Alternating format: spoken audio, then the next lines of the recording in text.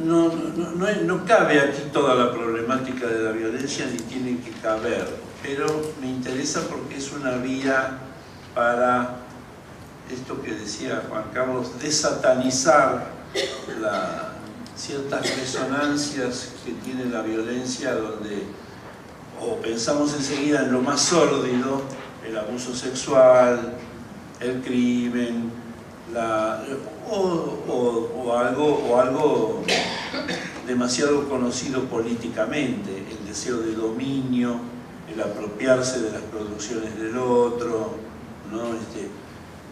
De todo eso, todo eso se revela de alguna forma en ese acto de derribar la torre, que también uno reencuentra en esa risa que provoca el que se cae al suelo, esa risa que no es políticamente correcta, ¿no? Que alguien se cae al suelo y se tienta de risa, un chico y un grande también. Y más se tienta de risa cuanto más adulto y más embarado y formal y falicoforme es ese que se cae, más nos hace gracia, digamos, más disfrutamos del ridículo, ¿no? En eso que se viene abajo ahí hay algo que me parece muy profundo, y que habría que diferenciar de, por supuesto, derribar una torre, como dije, por mero resentimiento o para que otro no construya nada.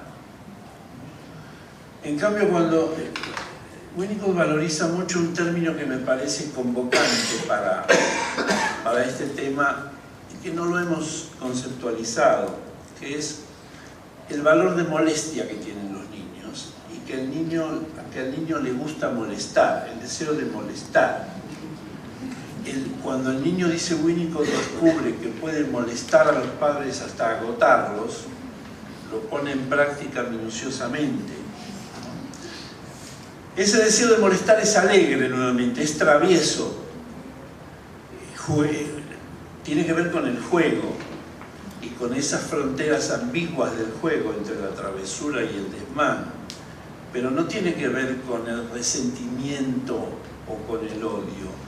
En cambio, creo yo que el deseo de molestar del niño resuena cada vez que el niño tiene que hacerse un lugar. Es una manera del chico de manifestar: estoy aquí, presten mi atención, ocupo, no existo, ¿no? Si el niño no molesta, no existe, digamos, ¿no? Sabemos eso todos a través de las crianzas y de nuestras propias experiencias. Bueno, esto sería para añadir en relación a lo que me preguntaban y a cómo ubicar la violencia del niño. Entonces, los niños no son el buen salvaje. Las teorías rusonianas sobre la violencia, mejor dejarlas a un lado. Así como el niño no es un ángel asexuado, no es una mera víctima de la violencia, pero hay que diferenciar mucho entre esa violencia creativa, transgresora, desafiante, afirmativa, y la violencia que tiene que ver con la crueldad y el deseo de reducir al otro a una pura condición de objeto manipulable, ¿no? Son diferencias enormes que hacen a ese enorme y confuso campo que abarca la problemática de la violencia. Imposible por eso de unificar y de remitir a una especie de unidad o de principio causal que pudiera explicarlo todo. Retomo, gracias. Sí, retomo. ¿Alguna nueva pregunta o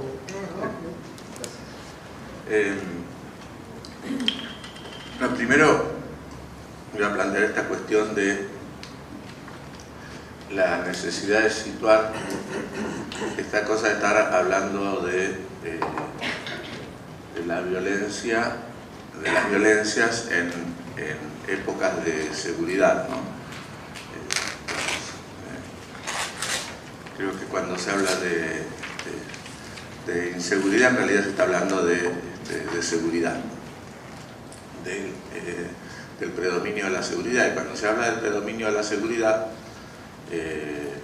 la conducta social predominante es la de defenderse del otro. Y si uno se defiende del otro, por lo tanto, quedan al menos dañados o desatados los lazos de solidaridad, ¿no? Este es un temazo, no es un hallazgo mío, esto lo plantea Bauman, ¿no? Pero me parece que amerita. Esto por un lado. Por otro lado, Alberto rescataba la cuestión del monstruo en relación a la intervención anterior mía. Ahora voy a ir a eso. No quería dejar por lo menos de mencionar, porque es evidente que el tiempo no nos va a alcanzar, pero no quería dejar por lo menos de mencionar la cuestión de la violencia ejercida hacia la niñez en los tratamientos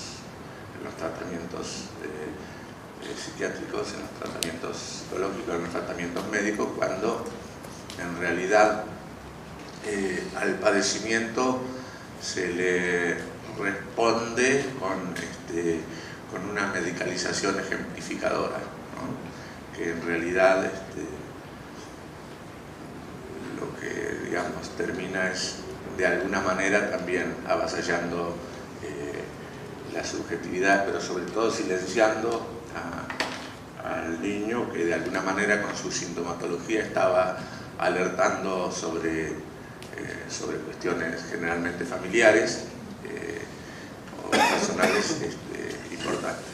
En relación a lo que preguntaba Alberto, a lo que planteaba, a mí me parece que justamente en el tema sobre todo el abuso sexual infantil, es donde más desvirtuada queda la cuestión de la existencia de los monstruos, ¿no? Una de las cosas que terriblemente nos mostró el abuso sexual, nos muestra el abuso sexual infantil y también el maltrato, pero sobre todo el abuso sexual infantil, es esta cuestión de que la familia no es necesariamente el lugar más seguro para la niñez, ¿no? Esto es un tema controvertido, doloroso, y que nos plantea algo que yo creo que no se está haciendo adecuadamente. Se está haciendo como políticas parciales, pero no como política global. Claro, esto reclamaría políticas públicas, que es la cuestión de la prevención en relación a violencias y abusos sexuales contra la niñez, porque además en momentos sociales alterados sabemos que son los momentos donde la niñez queda aún más vulnerada todavía. Cuando las estadísticas ayudan un poquito a ver esta cuestión de la ausencia de monstruosidad, monstruosidad como lo ajeno, ¿no? Como lo otro, cuando nos dice que, primero, que el abuso sexual infantil es uno de los delitos cuya tasa de incidencia permanece constante pese a la visibilización actual, ¿no? Esto, digamos, las estadísticas de la Corte Suprema y de los distintos organismos que trabajan con el tema son bastante claros. La otra cuestión es esto de que hay en el abuso sexual infantil hay predominio del abuso intrafamiliar. En el abuso intrafamiliar hay predominio del incesto paterno-filial, ¿no? Me parece que esto, digamos, de alguna manera desvirtúa entonces esta cuestión. Yo decía hoy que quería contar un poquito, al menos como yo lo veo. Lo que en general hago cuando converso sobre estas cosas es contradecir, pero sobre todo contradecirme. Así que cuando me contradiga a ustedes, sean benevolentes o cuestionen, contarían ustedes también, pero yo creo que lo que nosotros llamamos maltrato, que lo diferenciamos del abuso, genera aprendizaje por identificación. Podemos pensar un montón de otras conformaciones de la subjetividad golpeadora, pero una de las vías es el aprendizaje por identificación.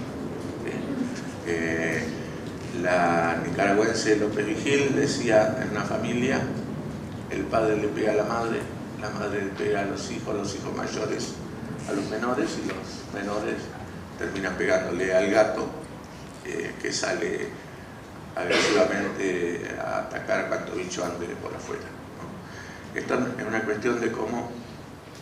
pero ¿a qué voy con esto? A que en realidad pareciera que los golpeadores, las golpeadoras,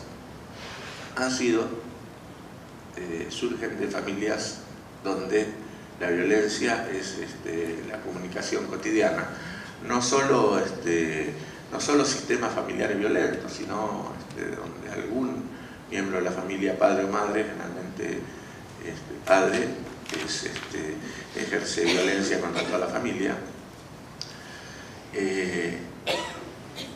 Pero en el abuso sexual infantil se produce una diferencia. Hay un mito que circula, yo sé que los que me escuchan en otras oportunidades deben estar hartos ya de esto, pero yo lo voy a volver a repetir porque me parece que es una cuestión fundamental. Se dice por ahí, en una errónea extensión de las concepciones kleinianas, que el abusador sexual, el abusador de niños, ha sido cuando un niño abusado. En realidad, la casuística, la clínica, parece indicar exactamente lo contrario, porque el abuso sexual infantil genera un arrasamiento extremo en la subjetividad del niño, y en realidad cuando este niño, a medida que va creciendo, si no se reparan con 3 o 4 cosas que ahora voy a plantear, si no se reparan algunas cuestiones, este niño cuando adulto corre el riesgo de ser abusado en todas y cada una de las circunstancias de su vida en las que se desempeña. Es tal el grado de daño que produce el abuso, por eso solemos insistir tanto en la cuestión de la prevención. Que algo de esto no ocurra depende de algunos factores, entre ellos el tener en cuenta que el abuso sexual infantil enferma, para usar un concepto que podamos más o menos manejar todos, pero que lo que más enferma, lo que más arrasa, es cuando no hay circulación de la palabra. Si la circulación de la palabra del niño se produce, si ésta es alojada con confianza, si se generan todos los mecanismos necesarios de protección, si el niño siente que él es protegido, si además se toman los recaudos necesarios para separarlo del abusador o de la abusadora, el pronóstico es bastante diverso cuando no se dan estas situaciones, cuando el niño no lo puede decir porque el ambiente no es propicio para eso.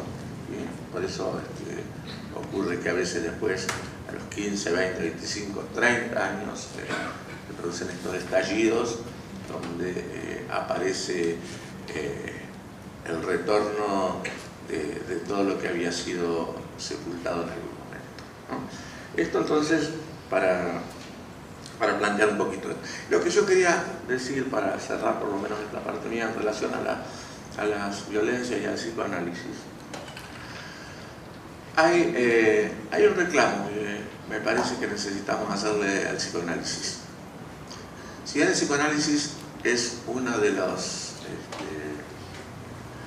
doctrinas que más respuestas ha dado en temas de violencia y de violencias, también debemos reconocer que a veces hay una banalización, una superficialización o la utilización errónea o inadecuada de algunos términos. Por ejemplo, el concepto de goce, la cuestión de la declinación paterna y el concepto de responsabilidad. Son conceptos que son pertinentes en la medida que sean utilizados adecuadamente. Cuando se produce una extensión de algo que está claramente formulado para situaciones clínicas y se lo empuja a situaciones sociales, en general los resultados son bastante desastrosos. Una de las pruebas es esto: nosotros solemos ver que a veces los psicoanalistas somos muy opinadores, ¿no? Nos llaman de los medios, vamos, hablamos, y a veces se escucha mucho esta cuestión de que las violencias actuales son producto de la declinación de la función paterna, ¿no? Primero, sería interesante, en la última revista Topía salió una separata de Tort, Michel Tort, estupenda acerca de la cuestión de la declinación paterna como un concepto que, mal utilizado, termina haciendo aportes a las doctrinas patriarcales, ¿no? Esto es una cuestión. Y la otra cuestión es que cuando se explicita, sobre todo con los cruzamientos judiciales que tiene la cuestión de las violencias, es necesario ser muy preciso. Bueno, por ahora dejo acá, ¿no? Sí.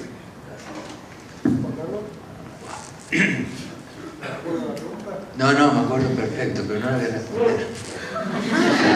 No, me encanta este asunto del diálogo, de verdad me encanta. Lo que pasa es que se me ocurren cantidad de ideas que van a ser imposibles de desplegarlas, pero 3 puntos. Uno, referido a los chicos violentos.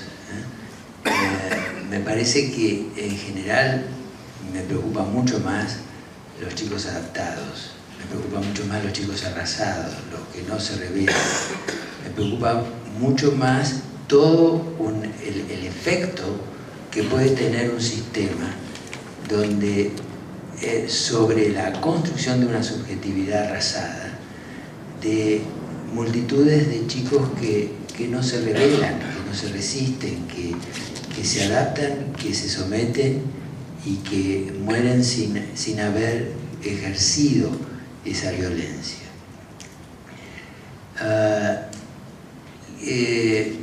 Quisiera señalar 2 momentos de la historia del psicoanálisis, un momento histórico y un momento actual, para darnos cuenta o para compartir con ustedes cómo la complejidad que pueden tener los descubrimientos científicos y la instalación de las teorías y de ciertas disciplinas.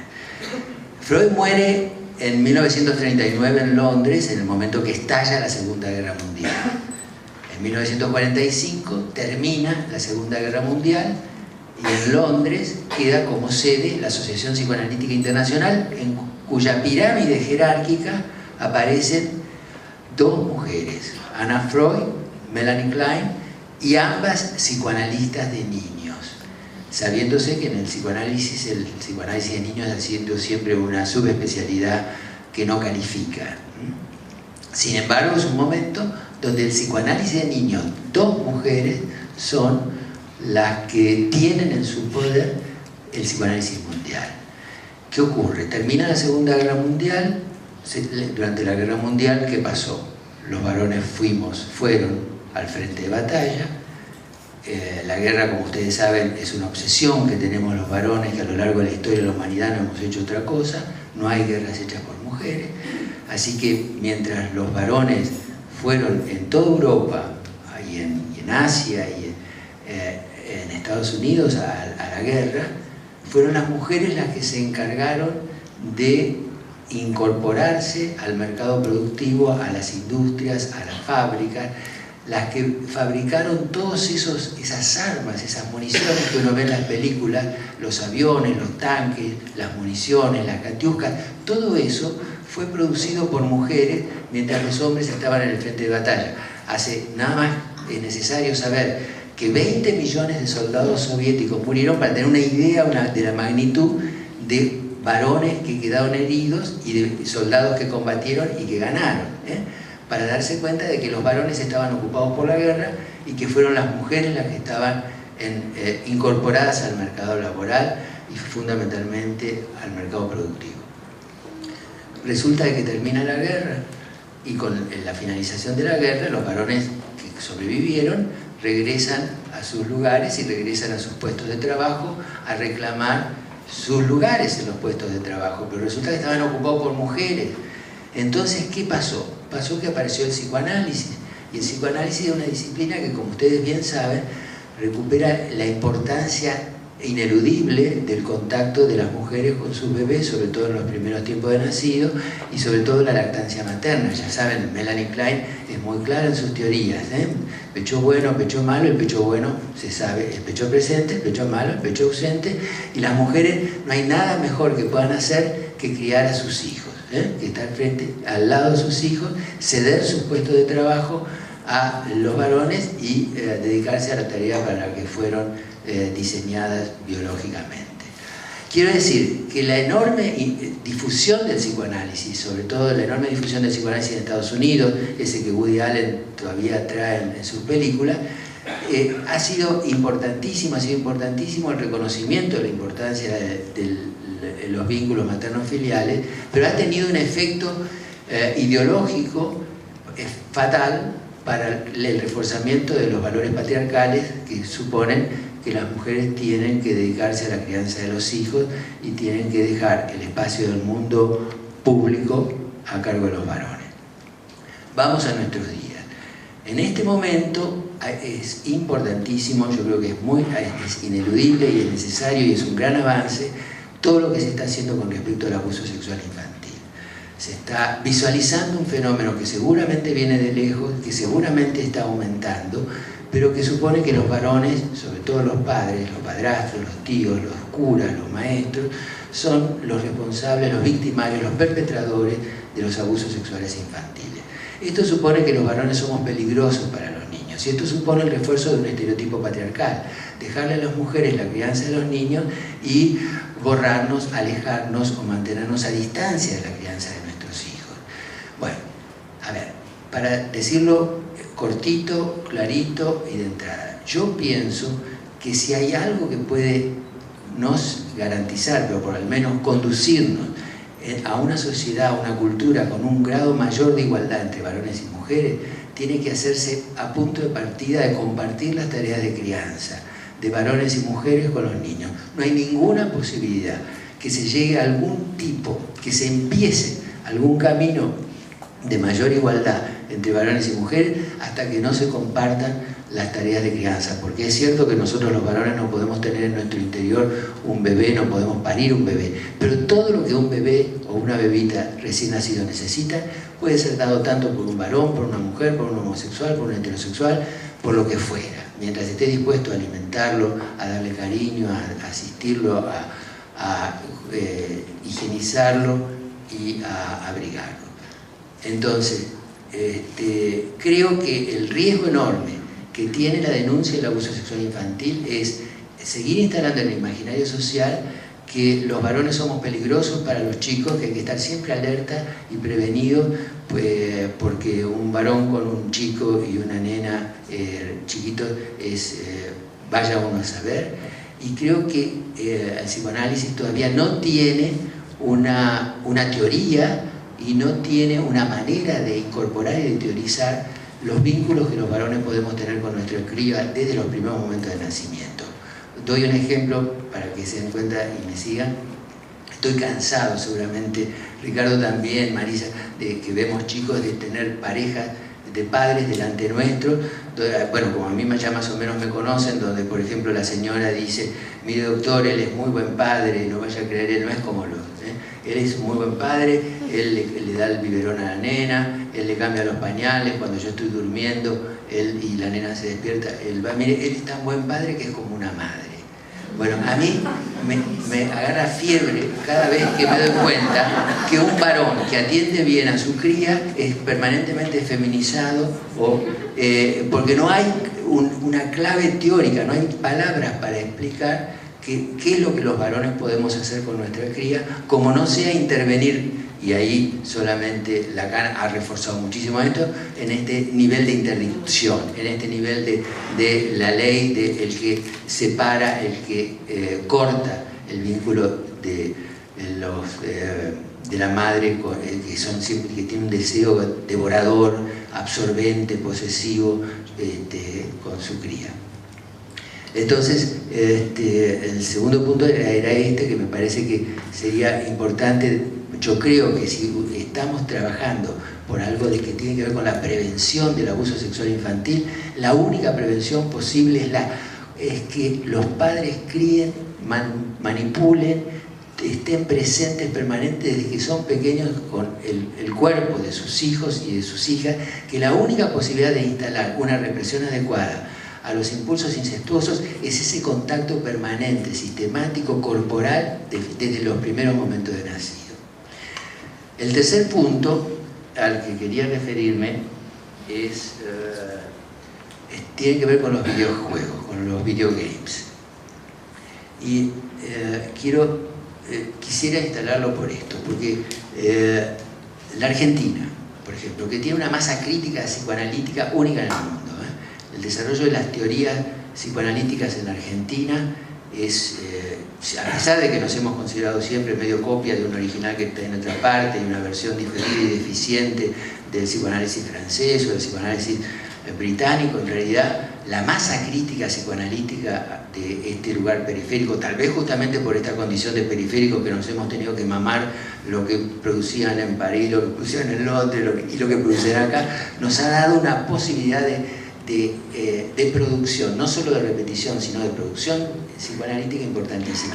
Cuando esto se vio desafiado por el terrorismo de Estado, creo que ese ha sido un momento espléndido para la producción teórica, porque justamente esa masa crítica tuvo una respuesta adecuada al impacto del terrorismo de Estado y a lo que es el trabajo en la subjetividad de víctimas directas o indirectas del terrorismo de Estado, situación que no ha pasado en ninguna otra parte del mundo.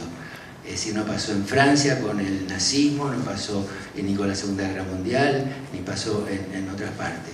De manera tal de que ha habido una respuesta muy interesante y muy productiva de la masa crítica psicoanalítica con respecto al terrorismo de Estado. No pasó lo mismo con las nuevas tecnologías. Cuando aparecieron las nuevas tecnologías, que han ido cambiando, ya no han sido solamente la incorporación de nuevas tecnologías, sino que lo que ha sucedido es que ha habido un cambio cultural y se está pasando de la cultura letrada, a la cultura textual, la cultura del libro, a la cibercultura.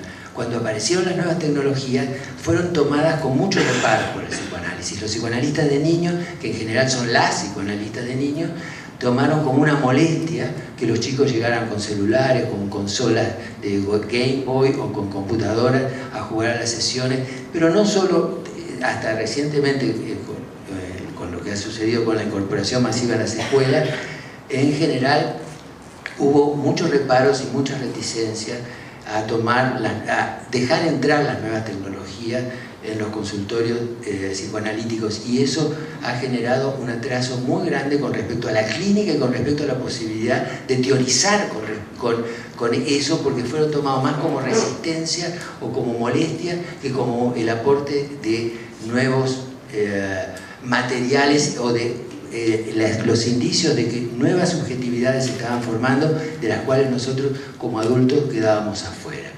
Entonces, me parece que si hay algo en lo que quisiera insistir es en la importancia de empezar a reconocer que las subjetividades de las nuevas generaciones se están conformando de otra manera, y que los videogames habría que quitarle los prejuicios que tienen que ver con el poder adictivo que tienen, o el poder de corromper por su violencia, por el refuerzo de la violencia, y en todo caso dejar presente la pregunta esta: si la violencia que está en los videogames, que los está, porque los videogames son para varones y no son para nenas, y refuerzan todos los estereotipos patriarcales, si esa violencia está al servicio de la metabolización de la violencia que existe, o si está al servicio del refuerzo de la violencia de los chicos.